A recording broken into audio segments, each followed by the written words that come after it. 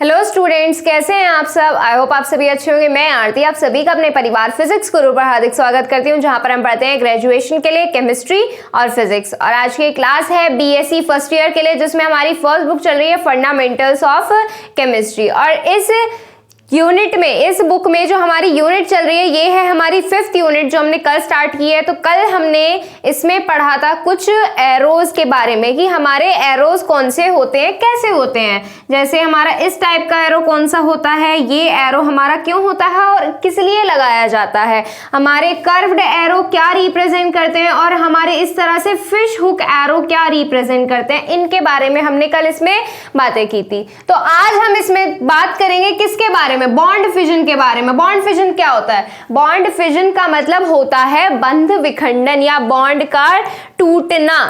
इसके बारे में डिस्कस करेंगे आज हम। देखो, बॉन्ड फिजन जो होता है यानी कि बंध विखंडन जो होता है, हमारे दो पार्ट्स में डिवाइड किया गया है। कौन कौन से पार्ट है वो?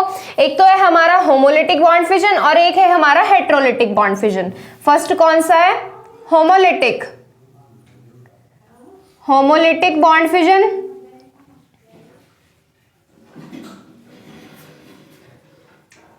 और सेकंड है हमारा heterolytic bond fission. Heterolytic bond fission.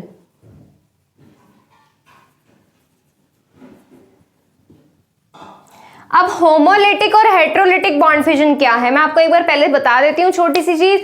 हमारा क्या होते हैं, केमिकल रिएक्शन होती है। इस तरह से हमने क्या मान ली, केमिकल रिएक्शन लेके चलेंगे। ये हमारा यहाँ पर क्या है, ए है और इधर क्या है हमारा बी है, और यहाँ से हमारा क्या बन रहा है, कोई भी प्रोडक्ट बनेगा। अब इसमें प्रोडक्ट कब बनेगा, जब ये बीच के बॉन्ड क्या होंगे, जब ये बीच का बॉन्ड टूटेगा। देखो, हमारी किसी भी रिएक्शन में, केमिकल रिएक्शन में, जो हम किसके लिए पढ़ते हैं, हमारे ऑर्गेनिक मॉलिक्यूल्स के लिए पढ़ते हैं, जो रिएक्शन होती है उसमें हमारा जो पहले ही कोवेलेंट बॉन्ड होता है, पहले मॉलिक्यूल्स के बीच का जो कोवेलेंट बॉन्ड होता है वो ब्रेक होता है और एक नया कोवेलेंट बॉन्ड फॉर्म करता है। क्या करता है? एक नया कोवेलेंट बॉन्ड फॉर्म करता है।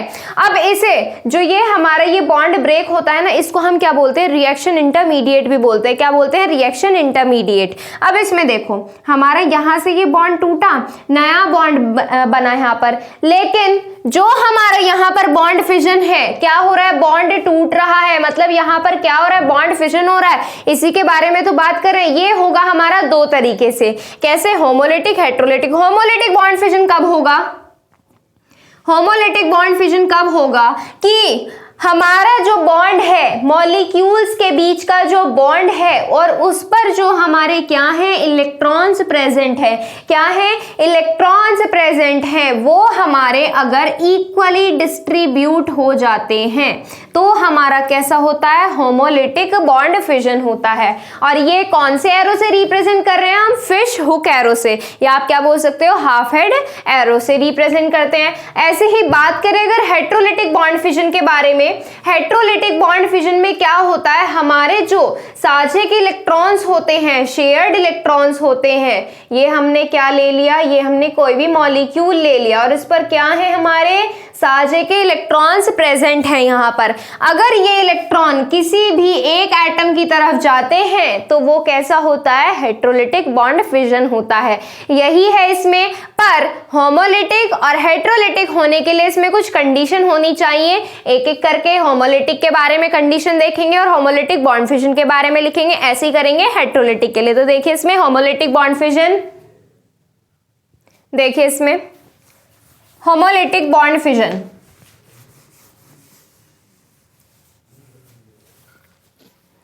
होमोलिटिक बॉन्ड फिजन की अगर बात करें तो यहां से क्या हो जाएगा, ये the bond fission in which shared electron distribute equally. The bond fission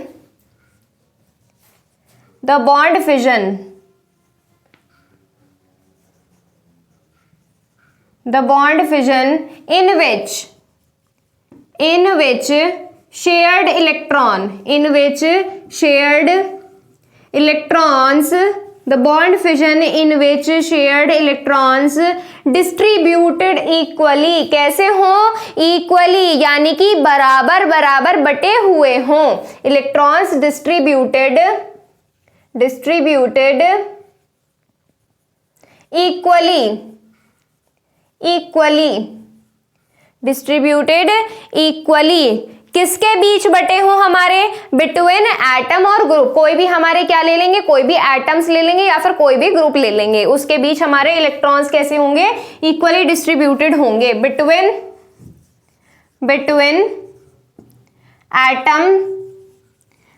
atoms और ग्रुप्स एटम्स और ग्रुप्स, वो हमारा क्या कहलाता है, homolytic bond fission. Then it is known as homolytic bond fission. Then it is known as homolytic bond fission. Homolytic bond fission. Homolytic bond fission, इतना समझ आ गया। ये है हमारा होमोलिटिक बॉन्ड फिजन। अब इसमें देखो आगे क्या चीजें होती हैं, आगे इसमें एक चीज और आती है। एक चीज क्या, अब देखो जो हमारे होमोलिटिक बॉन्ड फिजन है, होमोलिटिक बॉन्ड फिजन जो होता है बेटा फ्री रेडिकल बनाता है। फ्री रेडिकल कैसे बनाता है देखो इसमें बताते हैं। In homolytic bond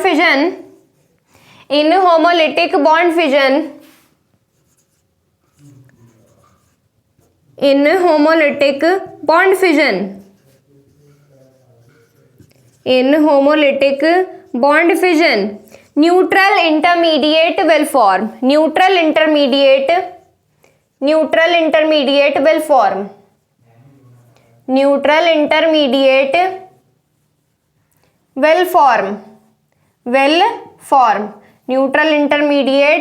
will form. Neutral मध्यवर्ती बनते हैं। And they have one free electron on central atom. And they have one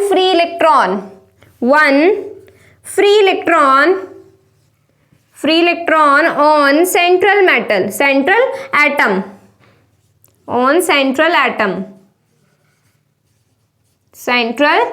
atom। अब इसमें देखो हमारा क्या होता है, होमोलिटिक बॉन्ड फिजन में क्या होता है, इलेक्ट्रॉन्स बराबर के साझा होते हैं। जब इलेक्ट्रॉन्स को बराबर के साझा होना दिखाया था तो ये कैसे होते थे, इस तरह से होते थे। यानी कि यहाँ पर हमारा क्या है, एक एटम है, यहाँ पर हमारा क्या है, दूसरा एटम है। जब यहाँ पर हमारे क्या है, इलेक्ट्रॉन्स प्रेजेंट है, एक इलेक्ट्रॉन क्या जा रहा है, इस साइड जा रहा है, और दूसरा इलेक्ट्रॉन कहाँ जा रहा है, इस साइड जा रहा है। यानी कि हमारा जो सेंट्रल एटम होगा उस पर क्या होगा, एक फ्री इलेक्ट्रॉन प्रेजेंट होगा। क्या होगा, एक फ्री इलेक्ट्रॉन प्रेजेंट होगा। और ये जो फ्री इलेक्ट्रॉन होता है यही हमारा क्या कहलाता है, फ्री रेडिकल कहलाता है। क्या कहलाता है, फ्री रेडिकल कहलाता है। अब देखो इसमें एक चीज ये लिखी हुई है, homolytic bond fission neutral intermediate will form. क्या बनता है, यहाँ से न्यूट्रल इंटरमीडिएट बनता है। न्यूट्रल इंटरमीडिएट का मतलब क्या है, यहाँ पर न्यूट्रल का मतलब क्या होता है, या तो उस पर पॉजिटिव ना हो या उस पर नेगेटिव या इस टाइप का कोई भी चार्ज ना हो, वो किस में आता है, हमारे न्यूट्रल इंटरमीडिएट में आता है। किस में आता है, न्यूट्रल मध्यवर्ती में आता है। तो यहां से क्या हो गया, in homolytic bond fission neutral intermediate will form. Homolytic bond fission में हमारा न्यूट्रल मध्यवर्ती बनता है। They have one free electron on central atom, और जिसमें हमारे सेंटर वाले एटम पर, अणु पर हमारे क्या होता है, एक फ्री इलेक्ट्रॉन प्रेजेंट होता है, जो हमारा क्या कहलाता है, फ्री रेडिकल कहलाता है। आगे इसमें लिखिए, these intermediates are known as free radicals. These intermediates कौन से बने, एक ये बन गया, एक ये बन गया। These intermediates are known as free radical।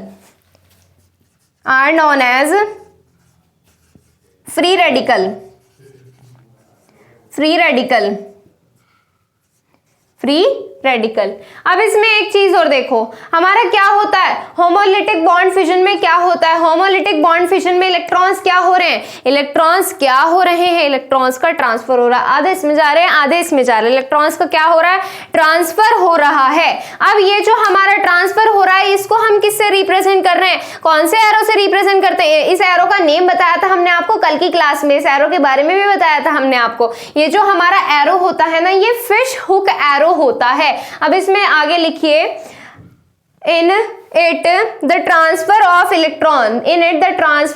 electron can be represented by fish hook arrow। in it transfer of electron इनेट transfer of electron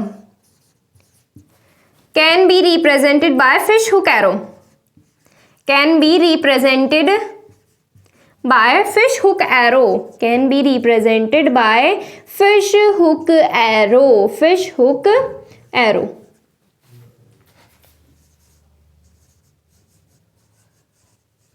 fish hook arrow कैसा होता है? इस तरह से हमारा फिश हुक एरो होता है। क्या होता है? इस तरह से फिश हुक एरो। अब ये एरो का पार्ट में समझ लेना, ये क्या है? ब्रैकेट्स है, जिससे हमने इसको क्या किया है? रिप्रेजेंट किया है।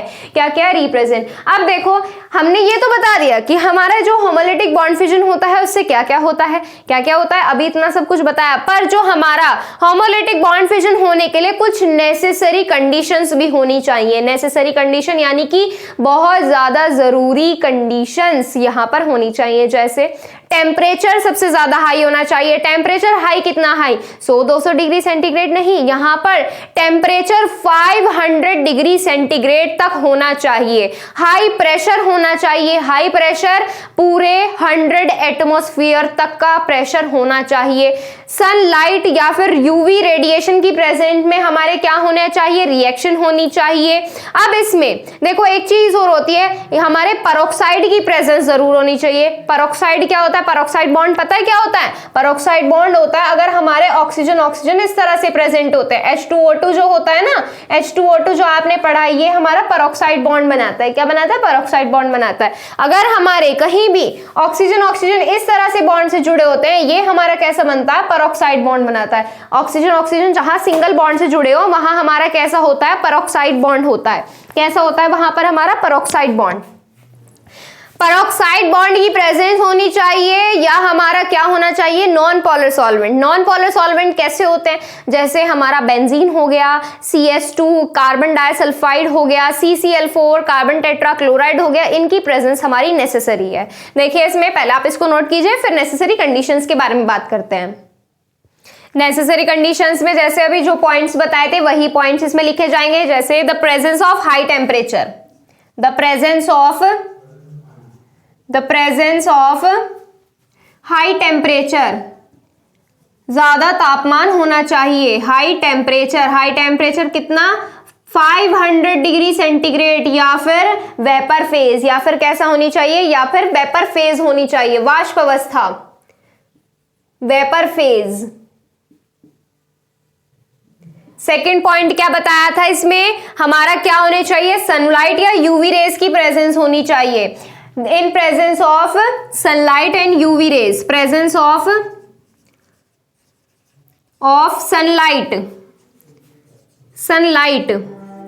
सनलाइट और यूवी रेज या फिर यूवी रेज प्रेजेंट होनी चाहिए। थर्ड पॉइंट क्या है इसमें? हाई प्रेशर का लिख सकते हो आप। Presence of high pressure, presence of high pressure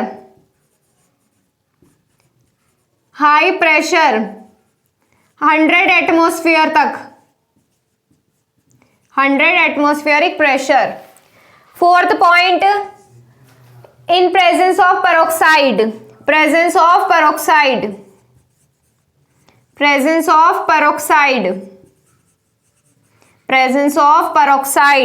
fifth क्या होगा? Presence of non polar solvent, presence of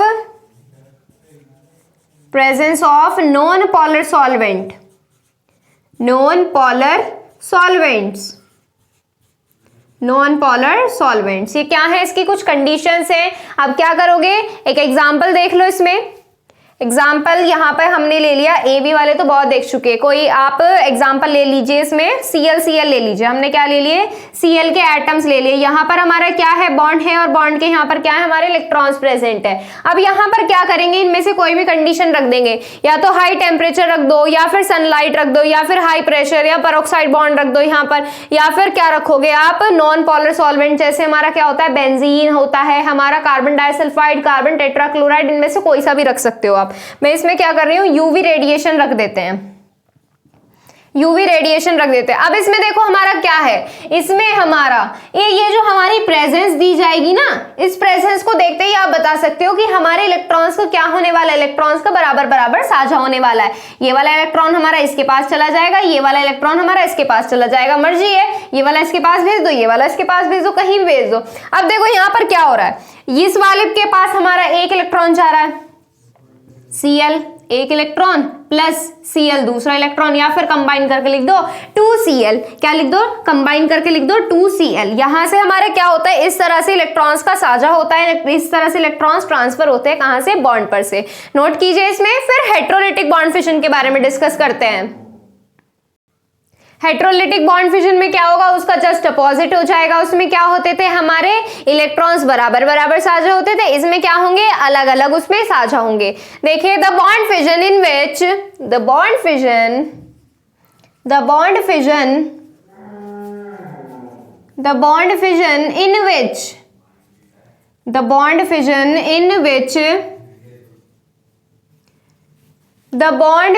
in which shared electrons were unequally distributed. The bond fission in which shared electrons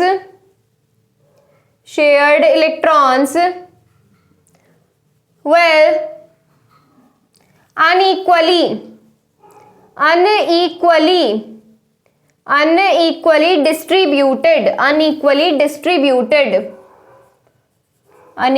distributed between atoms or groups, between atoms or groups। वो bond fission, वो बंद विखंडन जिसमें हमारे साझे के जो electrons होते हैं वो अनइक्वली, असामान्य रूप से बटे हुए हों, मतलब किसी के पास कम किसी के पास ज्यादा, इस तरह से बटे हुए हों, तब इस प्रकार का जो बंद विखंडन होता है वो हमारा क्या कहलाता है, heterolytic bond fission. Then it is known as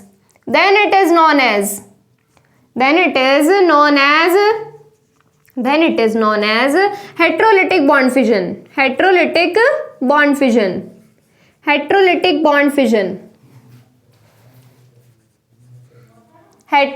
bond fission. अब होमोलिटिक वाले में हमारा क्या होता था, हमारा न्यूट्रल इंटरमीडिएट बनता था, और इसमें क्या बनेंगे, हमारे केटायन और एनायन बनेंगे। देखिए in this fission one atom will lose electron, in this fission one atom will lose electron,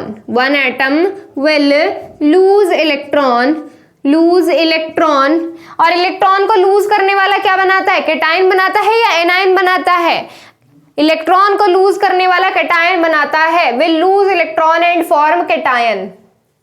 form cation, और जिसके अपोजिट जो इलेक्ट्रॉन को एक्सेप्ट करेगा वो एनायन बना लेगा। एंड अदर एटम और group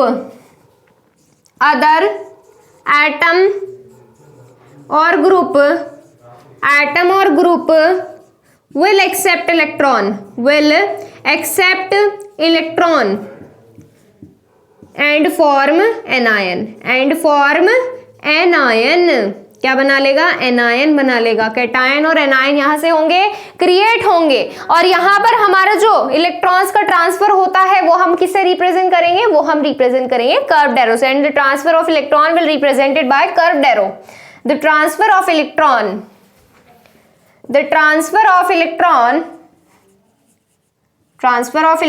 will represented by curved arrow, the transfer of electron will represented by curved arrow कौन सा बताया था कल इसमें आपको, कर्व्ड एरो हमारा होता है इस तरह से जो हमारा दिखाया जाता है, ये क्या है, कर्व्ड एरो। अब इसकी भी कंडीशन है कुछ, जैसे हमारी क्या है इसमें, first condition normal temperature, first condition क्या हो जाती है, नॉर्मल टेम्परेचर। होमोलिटिक की अगर बात करते थे तो टेम्परेचर कैसा लेते थे हम, हाई टेम्परेचर, ज्यादा तापमान लेते थे। अब अगर बात कर रहे हैं किसकी, हमारे हेट्रोलिटिक बॉन्ड फिजन की, तो बेटा इसमें हम क्या लेंगे, हम इसमें लेंगे सामान्य तापमान पर भी हमारा ये बंध विखंडन हो सकता है। इसके लिए हमें कोई अलग से कुछ चीजें रखने की जरूरत नहीं है, जैसे पेरोक्साइड रख देते हैं और हमारा क्या रखते हैं, हमारे नॉन पोलर सॉल्वेंट लेते हैं। और क्या होता है हमारा, फिर एक पेरोक्साइड हो गया, नॉन पोलर सॉल्वेंट हो गया, हमारी सनलाइट, यूवी रेज हो गई, हाई टेम्परेचर, हाई प्रेशर। इतना सब कुछ लेने की जरूरत नहीं है इस बॉन्ड को तोड़ने के लिए। कौन से, होमोलिटिक बॉन्ड को तोड़ने के लिए, हेट्रोलिटिक को तोड़ने के लिए। अब देखो हेट्रोलिटिक बॉन्ड को तोड़ने के लिए हमारे पास सिर्फ 3 कंडीशन होनी चाहिए। नॉर्मल टेम्परेचर जो नॉर्मल तापमान होता है नेचर में वो, और सेकेंड प्रॉपर्टी क्या है इसमें, हमारा एक इलेक्ट्रोनेगेटिव एटम और ग्रुप होना चाहिए। यानी कि हमारे जो हम एटम या ग्रुप लेंगे उसमें से एक कैसा होना चाहिए, कम इलेक्ट्रोनेगेटिव वाला, दूसरा कैसा होना चाहिए, हाई इलेक्ट्रोनेगेटिव वाला। ऐसा क्यों, ऐसा इसलिए क्योंकि बेटा जो इलेक्ट्रॉन्स होते हैं वो हाईली इलेक्ट्रोनेगेटिव एटम और ग्रुप की तरफ अट्रैक्ट होते हैं। यानी कि जो हमारा एटम और ग्रुप ज्यादा इलेक्ट्रोनेगेटिविटी वाला होगा, ज्यादा ऋणात्मकता वाला होगा, जो हमारे साझे इलेक्ट्रॉन होंगे वो उसके पास खींचे चले जाएंगे, और जो हमारा पुअर इलेक्ट्रोनेगेटिविटी वाला होगा उसके पास कुछ भी नहीं आएगा।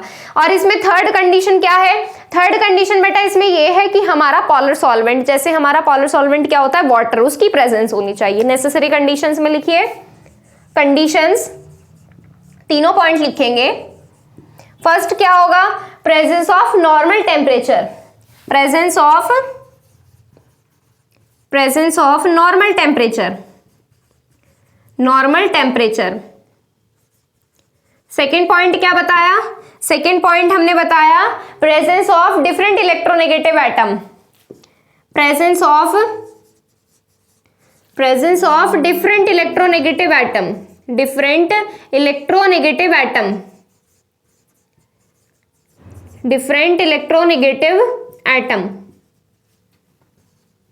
थर्ड पॉइंट क्या बताया इसमें, थर्ड पॉइंट बताया नॉन पोलर सॉल्वेंट। कौन सा होना चाहिए, पोलर सॉल्वेंट। जैसे हमारा क्या होता है, वाटर होता है, अमोनिया होता है, इस तरह के सॉल्वेंट्स होने चाहिए। Presence of polar solvent, polar solvent like water, H2O। Example देखिए इसमें, बहुत ही कॉमन एग्जाम्पल है HCl। अब देखिए बताइए कौन सा हमारा ज्यादा इलेक्ट्रोनेगेटिव है, H ज्यादा इलेक्ट्रोनेगेटिव है या हमारा Cl ज्यादा इलेक्ट्रोनेगेटिव है।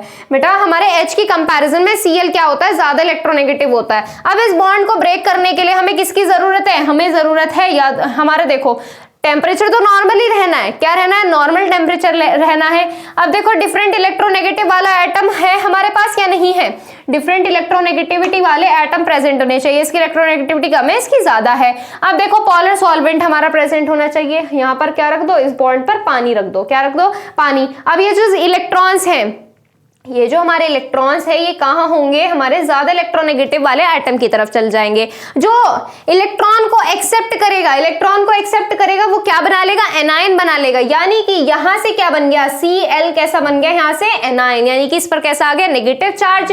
और बचा कौन, हमारा H, ये कैसा बन गया, कैटायन। और यहां से क्या हो गया, यहां से ये वाला हमारा कंप्लीट हो गया, यानी कि हेट्रोलिटिक बॉन्ड फिजन हम दिखा चुके हैं। एक और एग्जाम्पल ले लो, Cl, उसी में भी लिया था हमने ये एग्जांपल Cl। अब देखो उसमें हमने क्या लिया था, हमने यूवी रेस की प्रेजेंट ली थी, यूवी रेडिएशन की प्रेजेंस ली थी उसमें हमने, या पेरोक्साइड भी ले सकते हो, जो मर्जी आप उसमें, पर कंडीशन अप्लाई होनी चाहिए होमोलिटिक वाली। अब इसमें देखो हम क्या करेंगे, यहाँ पर बॉन्ड पर क्या रख देंगे, पॉलर सॉल्वेंट, क्या रख देंगे, पॉलर सॉल्वेंट, वाटर रख दिया। अब इसमें क्या होगा, देखो इलेक्ट्रोनेगेटिविटी दोनों की सेम है, क्या है, इलेक्ट्रोनेगेटिविटी दोनों की सेम है, पर इसमें क्या होगा, इसमें हमारा ये जो शेयर्ड इलेक्ट्रॉन है या तो इसके पास जाएंगे या इसके पास जाएंगे। इन्होंने डिसाइड किया और इसके पास चले गए, क्या इन्होंने डिसाइड किया और इसके पास चले गए। यहां पर हमारा क्या बन जाएगा, एक तो यहां से हो गया हमारा Cl पॉजिटिव और यहां से क्या बन गया, Cl नेगेटिव। इस तरह से क्या होते हैं, ये बॉन्ड फिजन होते हैं, बॉन्ड्स ब्रेक होते हैं। और यहां पे कंप्लीट होता है हमारा ये बॉन्ड फिजन वाला टॉपिक, हेट्रोलिटिक और होमोलिटिक बॉन्ड फिजन। अब इन बॉन्ड फिजन के बेसिस पर आप क्लियर कर सकते हो, यानी कि इलेक्ट्रॉन्स जो है हमारे वो हमारे किस कंडीशन में किसके पास जा रहे हो उससे आप बता सकते हो कि हमारा बॉन्ड फिजन हेट्रोलिटिक है या होमोलिटिक बॉन्ड फिजन है। तो यहाँ पे ये टॉपिक कंप्लीट होता है। इसमें नेक्स्ट टॉपिक है हमारा रिएक्शन इंटरमीडिएट। और भी बहुत सारे टॉपिक है, काफी लेंथी यूनिट है ये, इसमें टॉपिक कम है पर सारे टॉपिक्स जो हैं हमें डीपली पढ़ने पड़ेंगे इसमें, तभी इसमें ज्यादा चीजें क्लियर होगी। नेक्स्ट है इसमें reaction intermediate. Reaction intermediate, reaction intermediate, reaction intermediate में हम किसका डिस्कस करेंगे? रिएक्शन इंटरमीडिएट में अगर आपने टेलीग्राम चैनल पे अपनी पीडीएफ देखी होगी तो उसमें आपको पता चल गया होगा कि रिएक्शन इंटरमीडिएट में हम डिस्कस करेंगे फ्री रेडिकल का, कार्बोकैटायन का, कार्बोएनायन का, कार्बीन, नाइट्रीन, इस टाइप के कुछ कंपाउंड्स का हम इसमें डिस्कस करेंगे। और रिएक्शन इंटरमीडिएट क्या होता है वैसे ही अभी भी बताया था आपको थोड़ी देर पहले जब हमने ये वाला टॉपिक स्टार्ट किया था बॉन्ड फिजन का, और इसमें ये करेंगे हम टॉपिक कल। अगर इसमें आपको आज की क्लास में कोई भी डाउट है तो आप इंस्टाग्राम पर पूछ सकते हो। इंस्टाग्राम आईडी है physics_guru_India। इस इंस्टाग्राम आईडी पर मैसेज कीजिए और आप अपने डाउट्स वहां से क्लियर कर सकते हो। और टेलीग्राम चैनल ज्वाइन करने के लिए प्ले स्टोर से टेलीग्राम इंस्टॉल कीजिए, उसके बाद सर्च कीजिए फिजिक्स गुरु इंडिया और वहां से आप अपने टेलीग्राम चैनल पर ज्वाइन हो सकते हो। तो चलिए आज के लिए बस इतना ही, मिलते हैं आपसे कल रिएक्शन इंटरमीडिएट के साथ। Thank you so much.